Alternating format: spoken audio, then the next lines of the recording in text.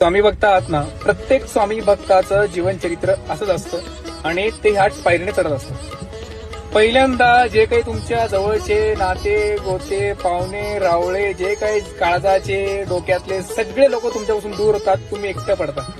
ठीक आहे. सेकंड जे होतं, तुमच्यावर संकट कोसळतात, जे तुम्ही नाही केलं ते पण तुमच्या अंगलटून बसतं, पण ते संकट एकदम अचानक नाहीसे होऊन जातात आणि झटक्यात निघून जातो. कारण तुमच्या कर्माचा काहीतरी दोष असतो किंवा मागच्या जन्मीचा काहीतरी कर्म असतो, तो या जन्मी फेडून निघतो लवकरात लवकर.